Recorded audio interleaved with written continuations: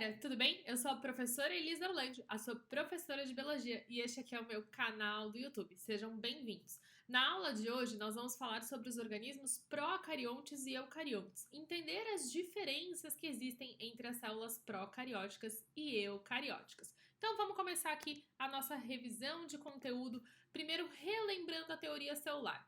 Na última aula, onde eu falo sobre o surgimento das células, né, uma aula de introdução à citologia, a gente falou um pouco sobre a teoria celular. Então, só para a gente relembrar 3 pontos importantíssimos. Todos os seres vivos são formados por células. E aí você deve estar se perguntando, tá, professora, mas e os vírus? Os vírus não apresentam célula. Não, eles não têm organização celular, mas ainda assim são considerados seres vivos. Na aula de introdução à citologia, eu falo especificamente sobre isso. Ó, uma outra questão super importante é que a célula é a menor unidade viva, ou seja, eu não consigo, dividir um organismo além do estágio de célula. É o máximo que eu vou conseguir manter esse organismo separado e vivo, tá? Se eu pegar uma mitocôndria, por exemplo, que é uma outra parte de um ser vivo, né, que está dentro de uma célula, ela não vai sobreviver sozinha, tá? Então, por isso que a célula é a menor unidade viva, porque é a estrutura que é necessária para se manter viva de forma autônoma. E as células sempre surgem de outras células, por isso que nós temos o processo de divisão celular do tipo mitose, né? Onde você tem uma célula que vai se dividir e vai dar origem a duas novas células, preservando a quantidade de material genético. Muito bem? Então já revisamos a parte de teoria celular. Agora, uma informação muito importante, ó, que eu falei lá no comecinho da aula. As células, elas são procarióticas e eucarióticas, tá? Então, quando você fala sobre células, você sempre vai usar essas palavras, procarióticas e eucarióticas. Os organismos são procariontes e eucariontes. Percebe que é uma palavra diferente que a gente está usando? Ó, essa terminação aqui, ó, vem de ente, que significa ser vivo, certo? Então, a gente tem os procariontes e os eucariontes. Os procariontes são as bactérias. São aqueles organismos que não apresentam carioteca, tá? Então, o material genético ele vai estar solto no citoplasma. Daqui a pouquinho eu vou mostrar para vocês a estrutura celular de um procarionte. E os eucariontes? Os eucariontes são aqueles que têm carioteca, mas vão ter outras estruturas além da carioteca que daqui a pouco eu vou apresentar para vocês também. Quem são? São os protozoários, como por exemplo a ameba, o Trypanosoma cruzi, os protozoários do gênero Leishmania, a giardia, os fungos, e aí nós temos os fungos que nós utilizamos na produção de pão, na produção de bebidas alcoólicas. Temos também os fungos que podem causar doenças, né, que são chamadas de micoses.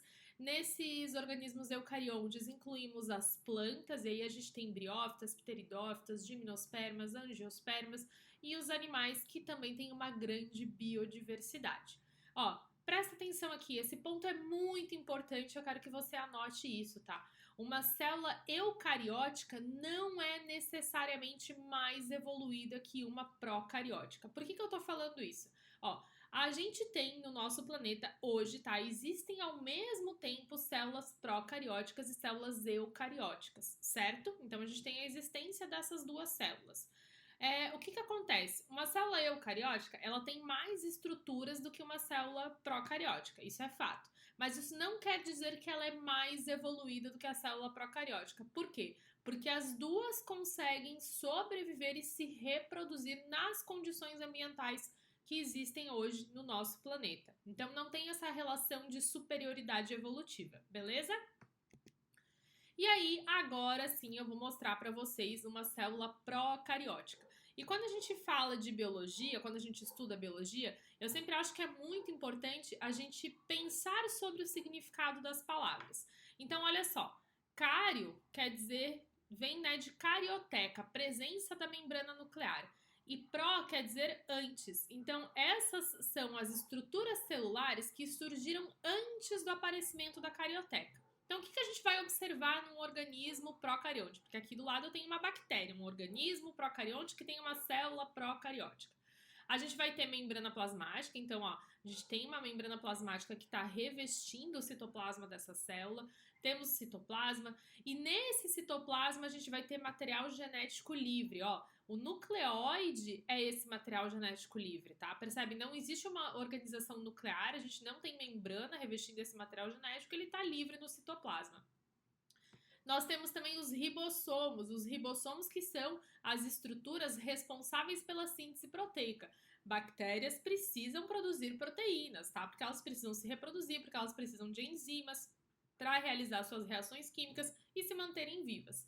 E aí nós temos também aqui ó, o plasmídio. Gente, o plasmídio, o que ele é? Ele é um material genético extracromossômico. Esse nucleóide aqui, né, ele vai ter o cromossomo bacteriano, tá? Então existe um material genético que tá fora desse nucleóide, que é extracromossômico e que a gente chama de plasmídio. O plasmídio, ele é muito importante que você se lembre da existência dele. Por quê? Porque é nesse material genético que estão localizados os genes associados à resistência bacteriana. E a gente tem visto o surgimento de muitas superbactérias, né? Que os antibióticos que a gente tem hoje em dia muitas vezes não são suficientes para combater a infecção causada por essas superbactérias e aí a pessoa acaba tendo que usar um conjunto de antibióticos. Então fique atento a esse detalhe. E aí, veja só, tem algumas outras estruturas que podem aparecer e que podem variar de uma bactéria para outra, de uma célula procariótica para outra, né? A gente tem aqui ó, o flagelo bacteriano, que é a estrutura que vai contribuir para o processo de movimentação dessa célula, tá? A gente também pode ter aqui ó, parede celular e cápsula. Essas estruturas elas vão variar entre as bactérias e elas que tornam esses organismos também resistentes, tá? Que tornam eles resistentes inclusive até a temperatura alta ou então a outros fatores que poderiam estar matando esses organismos, beleza? Então é isso que a gente tem para falar agora sobre a célula procariótica. E a célula eucariótica? A célula eucariótica ela vai apresentar o que a gente chama de sistema de endomembranas. Endo quer dizer dentro, né? Então, um sistema de membranas internas. Existem algumas organizações, estruturas que estão presentes na célula eucariótica, mas não são encontradas na célula procariótica. Olha só, o eu aqui, gente, significa verdadeiro. Então, é aquela célula que realmente vai ter uma carioteca. A carioteca está presente ali. A presença dessa carioteca ela é bem importante para a preservação do material genético. Lá no interior do núcleo dessa célula eucarionte, a gente tem o DNA. O DNA, ele é a molécula responsável pela herança, né? É a herança das características, ela que permite as características serem expressas numa próxima geração de seres vivos, numa próxima geração de células eucarióticas. E eu preciso preservar esse material genético. Por isso que ele fica localizado no interior do núcleo. Se ele ficasse no citoplasma, como essas células elas têm uma vida um pouco mais longa, né? Os seres vivos eucariontes, eles vivem um pouco mais de tempo. Se ele ficasse no citoplasma, ele ia estar sujeito a diversas substâncias químicas que são liberadas pelas reações químicas que a célula realiza e poderia sofrer mutações. E como ele está associado à hereditariedade, a gente não quer que mutações em excesso aconteçam, né? A gente quer preservar esse material genético. Por isso é tão importante que ele esteja revestido aí pela carioteca. Então, olha só, o núcleo, gente, ele vai ser formado pelo quê? Pela membrana nuclear, por uma região chamada nucleolo, e essa membrana nuclear, ela apresenta vários poros nucleares. Por quê? Porque apesar de ele estar isolado do citoplasma, o núcleo, né, precisa sim ter troca de substâncias entre o núcleo e o citoplasma, inclusive a passagem de RNA mensageiro para a síntese proteica acontecer. Ok, e quais são as outras estruturas que estão associadas aí ao sistema de endomembranas? A gente vai ter o retículo endoplasmático, que pode ser de dois tipos, o retículo endoplasmático liso e rugoso. O retículo endoplasmático liso, ele participa principalmente dos processos de desintoxicação, também a questão de transformação de medicamentos que a gente ingere vai ser feita pelo retículo endoplasmático liso, a produção de lipídios. Já no retículo endoplasmático rugoso, a gente vai ter a produção de proteínas acontecendo, tá? Porque esse retículo ele tem ribossomos aderidos à sua camada externa ali, né? Então, olha só, aqui a gente está visualizando o retículo endoplasmático rugoso e aí aqui a gente vai ter o retículo endoplasmático liso. O retículo endoplasmático rugoso, ele está bem perto do núcleo. Por quê? Porque ele vai receber o RNA mensageiro que sai do núcleo para fazer a síntese proteica. Depois a gente tem o complexo golgiense ou complexo de Golgi. Essa é uma estrutura que ela tá desenhada aqui, ó, em cor de rosa, tá? ela é responsável por receber as proteínas que são produzidas lá no retículo endoplasmático rugoso e definir para onde essas proteínas vão. Então, ele encaminha essas proteínas para o local onde elas vão exercer a sua função. Nós temos aí também as mitocôndrias, que estão presentes tanto nas células animais quanto nas células vegetais, que são responsáveis pela produção de ATP, pela produção da molécula de energia a partir da glicose. Temos também os cloroplastos, que estão presentes nas células vegetais e que realizam fotossíntese. Também tem algas que vão ter essa capacidade de realizar fotossíntese. E aí a gente tem as vesículas. As vesículas, elas são estruturas que são produzidas por esse aparelho de Golgi aqui, por esse complexo golgiense, tá? Elas são bolsas de membrana que tem no seu interior enzimas, como por exemplo é o caso dos lisossomos, né? E aí também tem vesículas que são formadas apenas para estar exportando proteínas da célula. E para a gente finalizar, a célula eucariótica, ela tem o que a gente chama de citoesqueleto. O cito sempre faz referência à célula, tá, gente? O citoesqueleto, então, ele é uma estrutura formada por proteínas que tem como objetivo movimentar as estruturas celulares, movimentar a célula em si, contribuir também para o processo de divisão celular. E aí a gente vai encontrar, ó, actina, tubulina, microtúbulos e filamentos intermediários. Todas essas estruturas que eu estou citando aqui rapidamente, a gente vai estar falando especificamente sobre cada uma delas em aulas futuras, tá? E aí a gente precisa explicar, então, esse surgimento dessa célula eucarionte. Como que a gente explica isso? Através de uma teoria, tá, da endossimbiose. Simbiose é uma relação ecológica, tá? É uma relação ecológica em que dois organismos vivem juntos porque é vantajoso para os dois. Endo quer dizer que um vai viver dentro do outro. Então vamos entender como que aconteceu esse processo de endossimbiose. A primeira coisa que a gente tem é um ancestral procarionte, ou seja, ó, sem núcleo, que sofre invaginações. O que isso quer dizer? Ele tinha lá a sua membrana plasmática e essa membrana plasmática, ela se projetou para o interior da célula. Ó, tá vendo? Ela gerou essas projeções aqui para o interior da célula.